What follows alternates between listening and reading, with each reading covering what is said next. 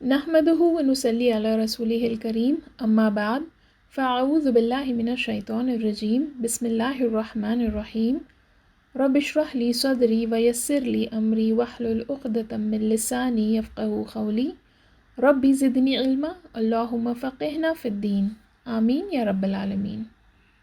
Last session میں ہم نے دیکھا کہ دعویٰ کے بھی الگ الگ سٹیجز تھے، رائٹ؟ پہلے نبی صلی اللہ علیہ وسلم کو اللہ سے حکم آیا کہ پرائیویٹ دعویٰ دیا جائے، لوگوں کو پرائیویٹلی اسلام کی طرف بلایا جائے۔ پھر حکم آیا کہ نبی صلی اللہ علیہ وسلم کے قریبی رشتہ داروں کو دعویٰ دیا جائے، اور اس کے بعد یہ حکم آیا کہ اب دعویٰ کو پبلکلی اعلان کیا جائے، ٹھیک ہے؟ تو اب پرائیویٹ دعویٰ کے وقت، یعنی جب نبی صلی اللہ علیہ وسلم لوگوں کو پرائیویٹلی اسلام کی طرف بلا رہے تھے، تب ایک انسیڈنٹ نریٹ کیا گیا تھا جو عمرو بن ابشہ رضی اللہ عنہ سے تھا، ٹھیک ہے؟ اور یہ عمرو بن ابشہ رضی اللہ عنہ یہ یمن سے تھے۔ انہوں نے کہا کہ ان تک بات پہنچی کہ مکہ میں ایک آدمی ہے جو کوئی خبر لے کر آیا ہے، کوئی میسج لے کر آیا ہے، ٹھیک ہے؟ تو یہ فوراً مکہ پہنچے اور نبی صلی اللہ علیہ وسلم سے مل کر ان سے پوچھیں کہ آپ کون ہو؟ تو نبی صلی اللہ علیہ وسلم نے کہا کہ میں اللہ کا نبی ہوں اور اللہ کی طرف سے پیغام لایا ہوں۔ انہوں نے پوچھا کیا پیغام ہے؟ نبی صلی اللہ علیہ وسلم نے جواب دیا، اللہ نے کہا ہے اپنے رشتہ داروں کے ساتھ اچھا تعلق رکھو، صرف اللہ ہی کی عبادت کرو اور بتوں کی عبادت نہ کرو، اور کسی اور کو اللہ کی عبادت میں شریک مت کرو، ٹھیک ہے؟ عمرو نے پوچھا آپ کے ساتھ اور کون ہے؟ نبی صلی اللہ علیہ وسلم نے کہا ایک آدمی اور ایک غلام، یعنی ابو بکر رضی اللہ عنہ اور بلال رضی اللہ عنہ کے بارے میں اشارہ تھا، کیونکہ علی اور زید رضی اللہ عنہما تو بچے تھے، رائٹ؟ تو ان کی بات نہیں کی گئی۔ تو عمرو بن ابشہ رضی اللہ عنہ نے نبی صلی اللہ علیہ وسلم سے کہا کہ میں آپ کے اس پیغام کو اپنانا چاہتا ہوں، یعنی میں اسلام پر آنا چاہتا ہوں۔ یہ سن کر نبی صلی اللہ علیہ وسلم نے ان کو منع کر دیا اور کہا کہ اب یہ صحیح وقت نہیں ہے، اب تم اپنے ملک واپس جاؤ، اور جب تم تک میری خبر پہنچے گی، میری کامیابی کی خبر سنو گے، جب تم میرے پاس آنا اور جب تم اسلام قبول کرنا۔ تو یہ سن کر عمرو بن ابشہ رضی اللہ عنہ وہ واپس یمن چلے گئے، اور کچھ سال بعد جب نبی صلی اللہ علیہ وسلم ہجرہ کر کے مدینہ گئے تو عمرو بن ابشہ رضی اللہ عنہ تک نبی صلی اللہ علیہ وسلم کی بات پہنچی اور وہ مدینہ آئے اور اسلام قبول کیے، ٹھیک ہے؟ تو اس انسیڈنٹ سے یہ پتہ چلتا ہے کہ نبی صلی اللہ علیہ وسلم اس وقت صرف مکہ میں پرائیویٹ دعویٰ دے رہے تھے، یعنی وہ مکہ کے لوگوں کو ہی دین کی طرف پرائیویٹلی بلا رہے تھے، ٹھیک ہے؟ جبکہ عمرو بن ابشہ رضی اللہ عنہ خود نبی صلی اللہ علیہ وسلم کے پاس آئے، اس کے باوجود بھی نبی صلی اللہ علیہ وسلم ان سے یہ کہے کہ آپ واپس اپنے ملک چلے جاؤ، اور جب میں اپنے مقصد میں کامیاب ہو جاؤں گا اور تم تک میری بات پہنچے گی تب تم واپس آنا۔ تو دیکھیے عمرو بن ابشہ اگر ایمان لاتے تو ان کے لیے بھی اور نبی صلی اللہ علیہ وسلم کے لیے بھی مشکل کھڑی ہو سکتی تھی، کیونکہ مکہ کے ہی لوگوں کو مینج کرنا ایک بہت بڑی آزمائش تھی۔ اگر مکہ سے باہر یہ بات پہنچتی اور لوگ اپوز کرتے تو نبی صلی اللہ علیہ وسلم کو مینج کرنا اور بھی مشکل ہو جاتا تھا، رائٹ؟ تو اسی لیے اس وقت انہوں نے عمرو بن ابشہ رضی اللہ عنہ کو منع کیا، ٹھیک ہے؟ پھر ہم نے دیکھا کہ 3 سال بعد نبی صلی اللہ علیہ وسلم کو اللہ سے حکم آیا کہ اب دعویٰ کھلے عام اعلان کر دو، جس کے بعد نبی صلی اللہ علیہ وسلم صفا کے پہاڑ پر چڑھ کر مکہ والوں کو اللہ کی طرف آنے کو کہتے ہیں، رائٹ؟ وہ سب سے یہ کہتے ہیں کہ صرف اللہ ہی کی عبادت کریں اور بتوں کی عبادت کرنا چھوڑ دیں، اور وہ سارے قبیلے والوں کو نام لے لے کر سب سے یہ کہتے ہیں کہ آپ اپنے آپ کو جہنم کی آگ سے بچائیں، اور وہ اللہ کے نبی ہوتے ہوئے بھی قیامت کے دن کسی کی بھی مدد نہیں کر سکیں گے، ٹھیک ہے؟ اس میسج کا کیا مطلب تھا؟ اس کا مطلب یہ تھا کہ ہر انسان اپنے اپنے لیے ذمہ دار ہیں، اس نے جو اعمال کیے اور ان اعمال سے جو کچھ کمایا، چاہے وہ اچھا ہو یا برا، وہ اس کا خود ذمہ دار ہے، اور ہم سب کو بھی اپنے اپنے اعمال کے کانسیکوینسز خود فیس کرنا ہوگا۔ ہم اس سچائی سے بھاگ نہیں سکتے کہ ہم کو ہمارے ہر اعمال کا حساب اللہ کو دینا ہوگا، رائٹ؟ پھر ہم نے یہ بھی دیکھا کہ جب نبی صلی اللہ علیہ وسلم لوگوں کو کھلے عام دعویٰ دے رہے تھے تب ابو لہب نبی صلی اللہ علیہ وسلم کے جو انکل تھے وہ بہت غصہ ہوئے، اور وہ نبی صلی اللہ علیہ وسلم کو بہت بری باتیں کہیں، جس کے جواب میں اللہ کہتے ہیں تباہ ہو ابو لہب کے ہاتھ اور تباہ ہو جائے وہ خود، تبت یدا ابی لہب و تب۔ اب اس کے بعد کیا ہوا؟ اب اس ایونٹ کے بعد نبی صلی اللہ علیہ وسلم کھل کر دعویٰ بھی دے رہے تھے اور اللہ کی عبادت بھی کر رہے تھے۔ اب ان کو اللہ سے حکم جو آ گیا تھا، رائٹ؟ تو نبی صلی اللہ علیہ وسلم کعبہ کے پاس جا کر نماز پڑھتے تھے، اور پھر وہ بازاروں میں جا کر، پبلک پلیسز میں جا کر، حرم میں، کعبہ کے پاس، حج کے وقت جو لوگ باہر سے آ رہے تھے ان سب کے پاس جا جا کر ان سب لوگوں کو اسلام کی طرف بلا رہے تھے. ٹھیک ہے؟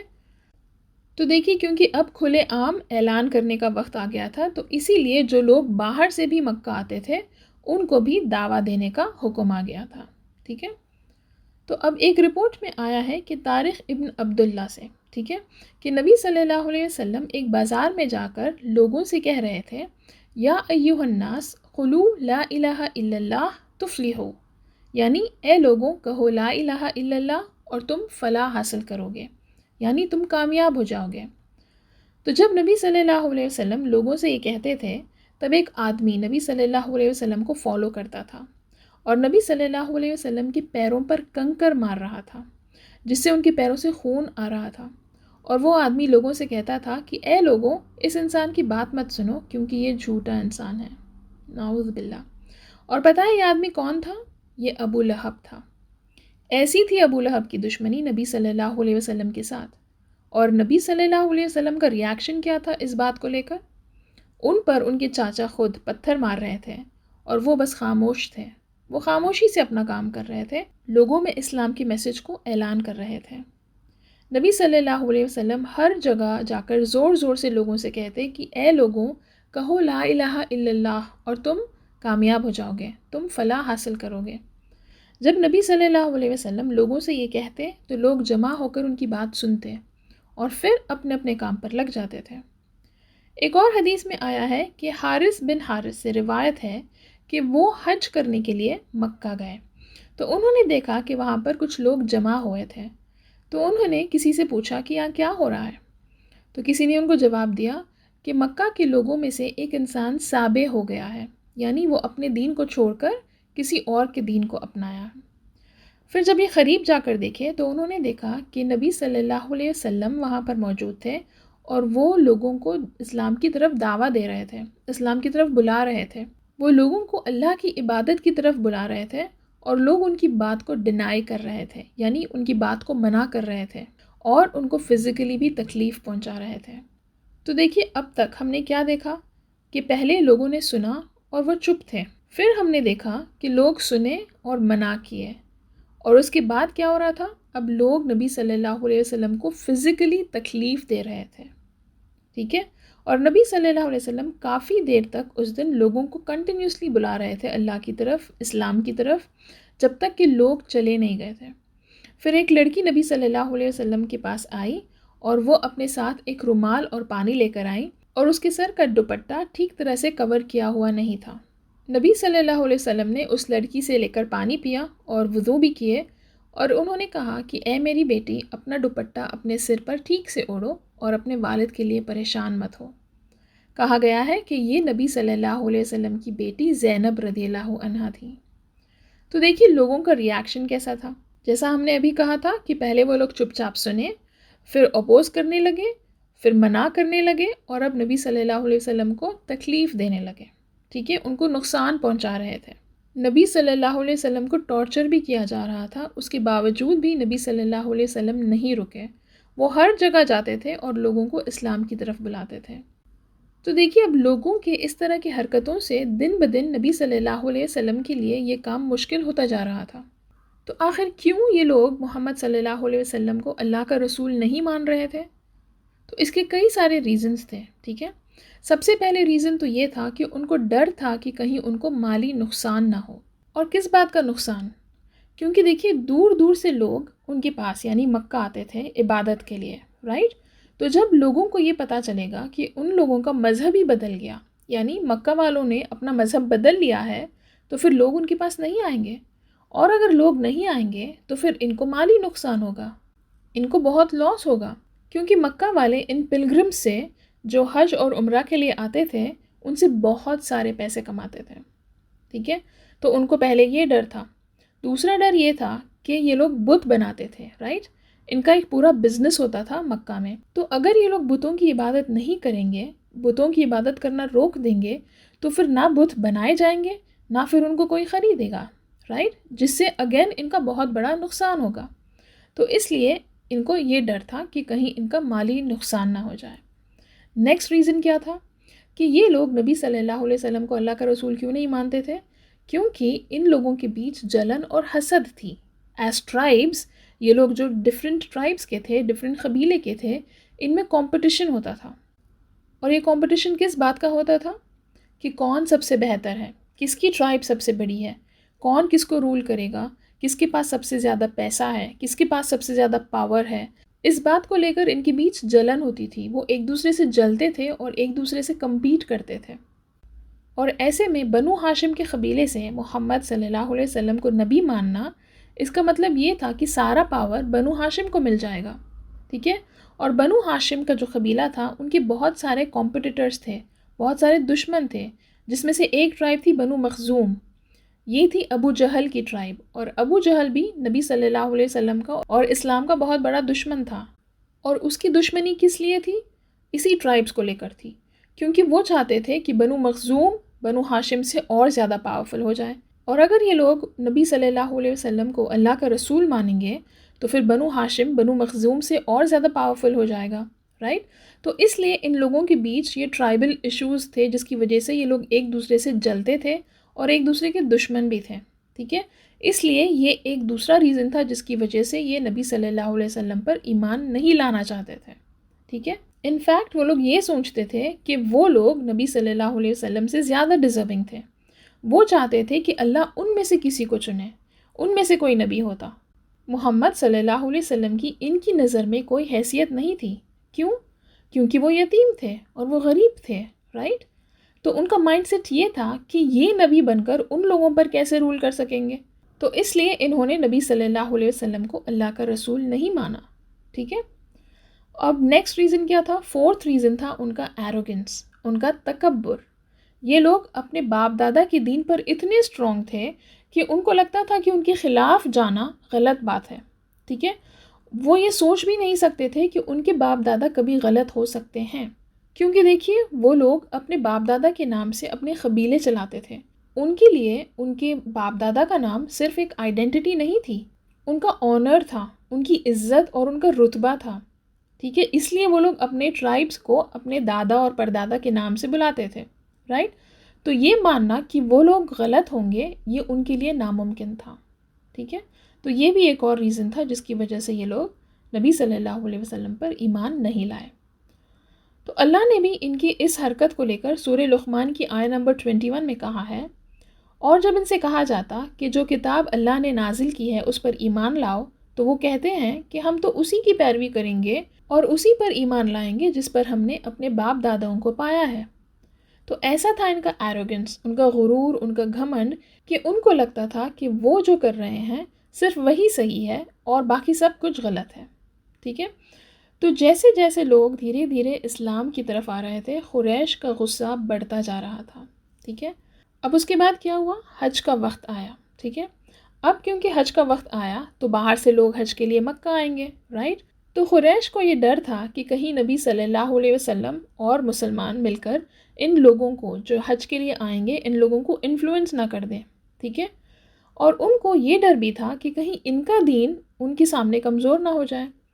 تو قریش کے جو بڑے لیڈرز تھے، یہ لوگ ایک میٹنگ رکھ کر ان کے سب سے بڑے لیڈر جس کا نام تھا ولید بن مغیرہ، اس سے مشورہ کیے. اور ولید بن مغیرہ مکہ کا سب سے بڑا اور سب سے فیمس پوئٹ تھا، شاعر تھا. ٹھیک ہے. تو ولید بن مغیرہ ان لوگوں سے کہتا ہے کہ دیکھو ابھی حج کا وقت ہے اور سب طرف سے لوگ حج کے لیے آ رہے ہیں اور سب محمد صلی اللہ علیہ وسلم کے بارے میں بھی سن رہے ہیں. تو ہمیں مل کر سب کے سامنے ایک بات رکھنی ہے جس پر ہم سب اگری کریں گے، تاکہ ہماری بات کانٹرڈکٹ نہ ہو، ایک دوسرے سے الگ نہ ہو. ہم ڈیسائیڈ کریں گے اور لوگوں کو وہی بات بتائیں گے. ٹھیک ہے. تو لوگوں نے کہا ٹھیک ہے، آپ بتاؤ کہ ہمیں کیا کہنا ہے محمد صلی اللہ علیہ وسلم کے بارے میں. ولید نے کہا نہیں، تم لوگ بتاؤ پہلے. تو لوگوں نے شروع کیا کہ کیوں نہ ہم محمد صلی اللہ علیہ وسلم کو کاہن کہیں گے، یعنی سود سیر کہیں گے. تو ولید نے کہا لیکن محمد صلی اللہ علیہ وسلم کاہن نہیں ہے، نہ وہ ان جیسا بولتا ہے اور نہ وہ ان جیسا کام کرتا ہے. تو کسی نے کہا کہ ٹھیک ہے، تو پھر کیوں نہ ہم محمد صلی اللہ علیہ وسلم کو مجنون کہیں گے، یعنی پاگل کہیں گے. یہ کہیں گے کہ ان پر جن حاوی ہوتا ہے۔ تو ولید نے کہا کہ نہیں، یہ پاگل نہیں ہے، اور سب کو پتا ہے کہ یہ ایسی کوئی حرکت نہیں کرتا جیسے یہ لوگ کرتے ہیں جس پر جن حاوی ہوتے ہیں، یا پھر جو پاگل ہوتے ہیں وہ لوگ جیسی حرکت کرتے ہیں ویسا محمد کوئی حرکت نہیں کرتا، تو ہم یہ بھی نہیں کہہ سکتے کہ یہ مجنون ہے۔ تو کسی نے کہا تو پھر ہم کہیں گے کہ محمد صلی اللہ علیہ وسلم ایک پوئٹ ہے، ایک شاعر ہے۔ تو ولید نے کہا ہم سب جانتے ہیں کہ شاعر کیسی بات کرتے ہیں، یہ ان جیسی بھی بات نہیں کرتا، تو اس کو لوگ پوئٹ بھی نہیں مانیں گے۔ تو کسی نے کہا جادوگر کہیں گے۔ تو ولید نے کہا ہم نے جادو اور جادوگر دونوں دیکھے ہیں، یہ تو ان جیسا کوئی کام نہیں کرتا۔ تو پھر ان لوگوں کے بیچ میں بحث ہوئی کہ ہم پھر کیسے کنونس کریں گے لوگوں کو کہ محمد صلی اللہ علیہ وسلم کی بات نہ سنیں۔ ولید نے جواب دیا کہ واللہ محمد صلی اللہ علیہ وسلم کے الفاظ بہت میٹھے ہیں، یہ جو بولتا ہے اس سے لوگ اس کی طرف اٹریکٹ ہوتے ہیں، اس کے جڑ بہت ہی مضبوط ہیں اور اس کے شاخ یعنی اس کے برانچز بہت ہی فروٹفل ہیں، بہت ہی میٹھے ہیں، تو ہم چاہے اس کو جو کچھ بھی نام دے دیں اس پر یقین کرنا بہت مشکل ہے۔ پھر بھی وہ سوچا اور پھر پلٹ کر ان کو جواب دیا میری نظر میں جادوگر کنونسنگ رہے گا۔ لوگوں سے کہو کہ محمد صلی اللہ علیہ وسلم جو بھی پیغام لے کر آیا اس سے باپ بیٹے کے بیچ، بھائی بھائی کے بیچ اور شوہر بیوی کے بیچ جھگڑے ہو رہے ہیں، اور اس کی باتوں میں آ کر لوگ اپنے رشتے ختم کر رہے ہیں۔ تو دیکھیے یہ جو ولید بن مغیرہ جو ان لوگوں کا لیڈر تھا اور اس نے جو مشورہ دیا ہے، اس کے بارے میں اللہ قرآن میں ذکر کرتے ہیں سورہ مدثر کی آیت نمبر 18 سے 25 میں۔ اللہ کہتے ہیں کہ اس نے سوچا اور کچھ بات بنانے کی کوشش کی، تو لعنت ہو اس پر کہ اس نے جان بوجھ کر کیسی بات بنانے کی کوشش کی۔ پھر لوگوں کی طرف دیکھا، پھر پیشانی سکیڑی اور منہ بنایا، پھر پلٹا اور تکبر میں پڑ گیا، پھر آخر بولا کہ یہ کچھ نہیں مگر ایک جادو ہے جو پہلے سے ہی چلا آ رہا ہے۔ تو دیکھیے پہلے ولید نے قرآن کی آیت کو کیا کہہ کر ڈسکرائب کیا کہ اس کے الفاظ بہت ہی میٹھے ہیں، اس میں ایسی کچھ بات ہے جو لوگوں کو اٹریکٹ کرتی ہے، جبکہ ولید خود مکہ کا جانا مانا شاعر تھا۔ ٹھیک ہے، جب اس نے قرآن کی آیات سنے تو اس کے دل کو یہ چھو گئی تھی، اس کے باوجود بھی اس نے ایروگنس میں آ کر، تکبر میں آ کر اپنی بات کو پلٹ دیا اور بولا کہ کہہ دو محمد صلی اللہ علیہ وسلم جادوگر ہے۔ تو دیکھیے ولید بن مغیرہ ایک شاعر تھا، رائٹ؟ جب اس نے قرآن کی آیات سنے تو اس کو سمجھ آ گیا تھا کہ یہ کوئی انسان کی بنائی ہوئی بات نہیں ہے، اس کے باوجود بھی یہ تکبر میں آ کے، ایروگنس میں آ کے اس بات کو جھٹلا دیا۔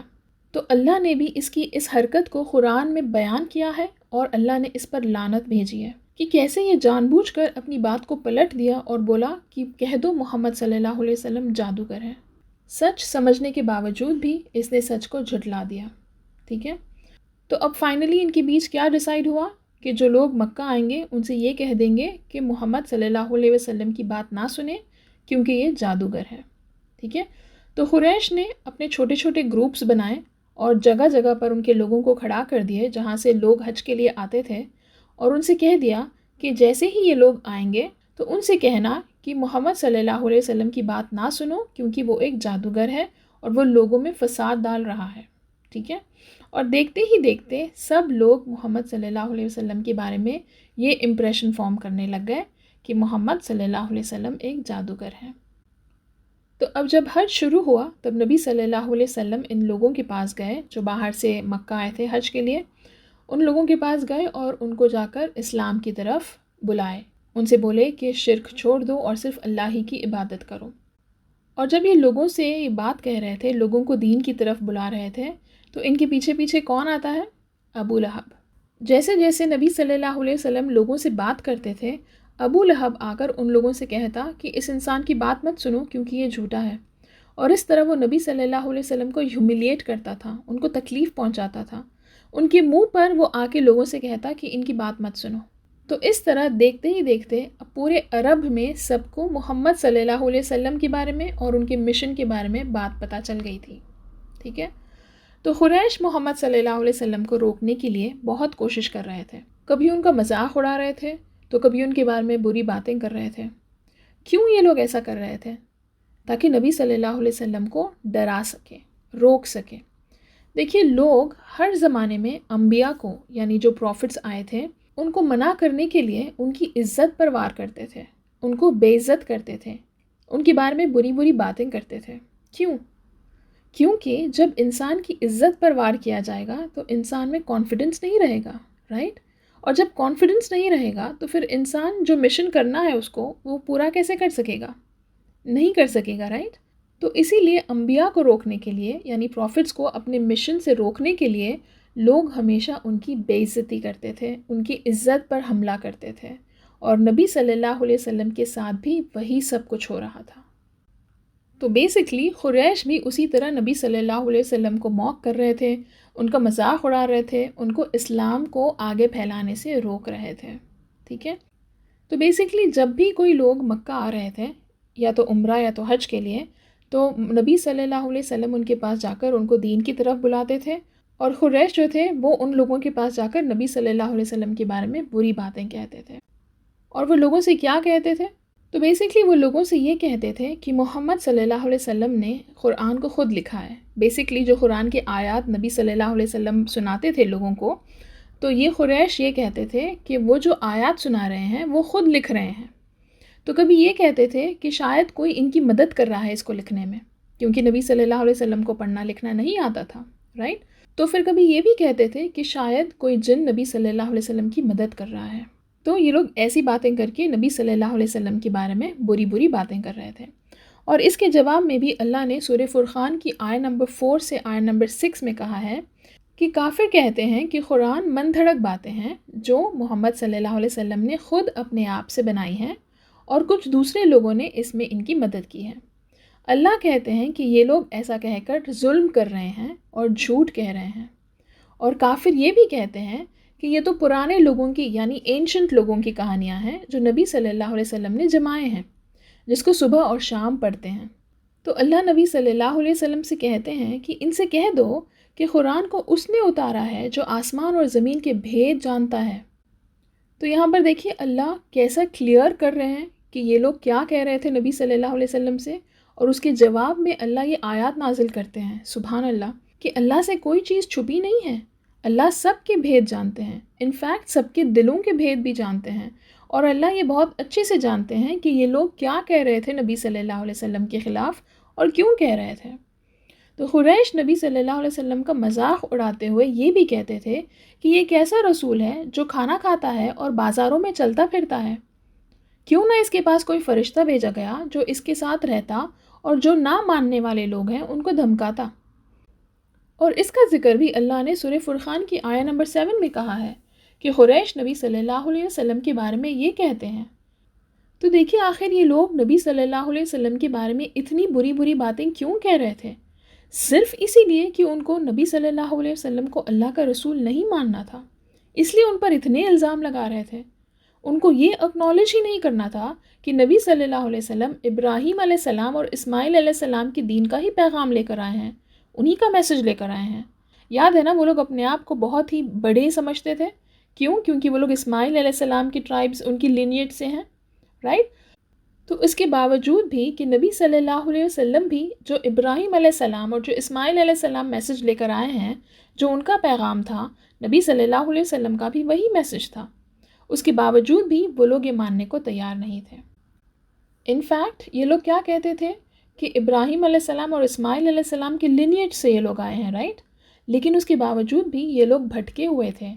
جو ابراہیم علیہ السلام کی ٹیچنگز تھے اس سے یہ لوگ بہت دور تھے، کیونکہ دیکھیے اسماعیل علیہ السلام کے بعد سے لے کر نبی صلی اللہ علیہ وسلم تک ان کے بیچ اور کوئی نبی نہیں آئے تھے، رائٹ؟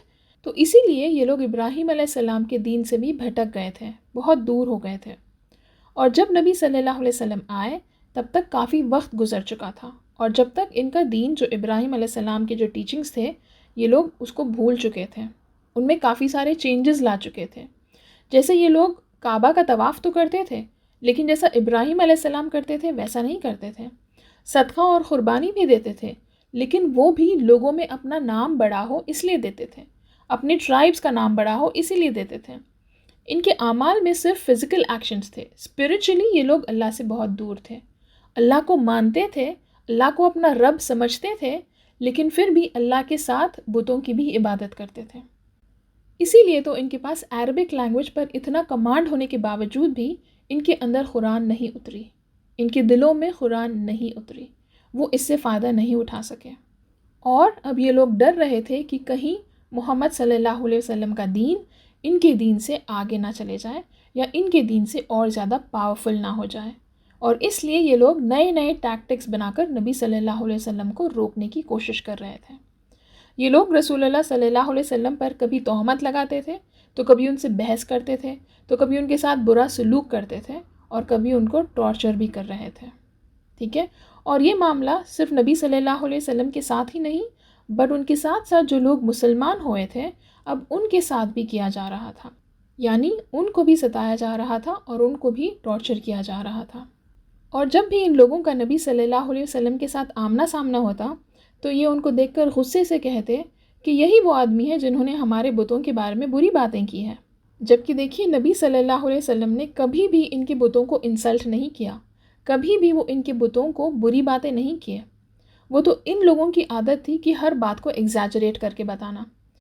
کیوں نبی صلی اللہ علیہ وسلم نے ان کے بتوں کے بارے میں کبھی بری بات نہیں کی؟ ہاں، نبی صلی اللہ علیہ وسلم نے ان کو روکا بتوں کی عبادت کرنے سے، لیکن ان کی بتوں کی انسلٹ نہیں کیے، ان کی بتوں کو برے ناموں سے نہیں بلائے۔ کیوں؟ کیونکہ یہ اللہ کا حکم تھا۔ اللہ نے سورہ انعام کی آیت نمبر 108 میں کہا ہے، مومنوں سے کہہ دو کہ یہ کافر جن کو بھی اللہ کے سوا اپنا الہ مانتے ہیں ان کو ذلیل اور بے عزت مت کرو، ان کو انسلٹ مت کرو۔ کیوں؟ کیونکہ پھر وہ لوگ بھی جہالت میں آ کر تمہارے رب کو یعنی اللہ کو بری باتیں کہیں گے، نعوذ باللہ۔ تو دیکھیے اللہ کا یہ کلیئر حکم آ گیا تھا کہ نبی صلی اللہ علیہ وسلم اور مسلمان ان کی بتوں کو کوئی بری بات نہ کہیں۔ اس کے باوجود بھی یہ لوگ نبی صلی اللہ علیہ وسلم پر جھوٹا الزام لگاتے تھے تاکہ یہ لوگوں کے دلوں میں نبی صلی اللہ علیہ وسلم کے لیے غصہ اور نفرت بھر سکیں، ٹھیک ہے۔ تو ایسے تھے قریش کے ٹیکٹکس۔ انشاءاللہ ہم اس سیشن کو یہیں روکیں گے اور انشاءاللہ آگے کے سیشن میں کنٹینیو کریں گے، ٹھیک ہے۔ سبحانک اللہم و بحمدک، اشہد ان لا الہ الا انت، استغفرک و اتوب الیک۔ السلام علیکم ورحمۃ اللہ وبرکاتہ۔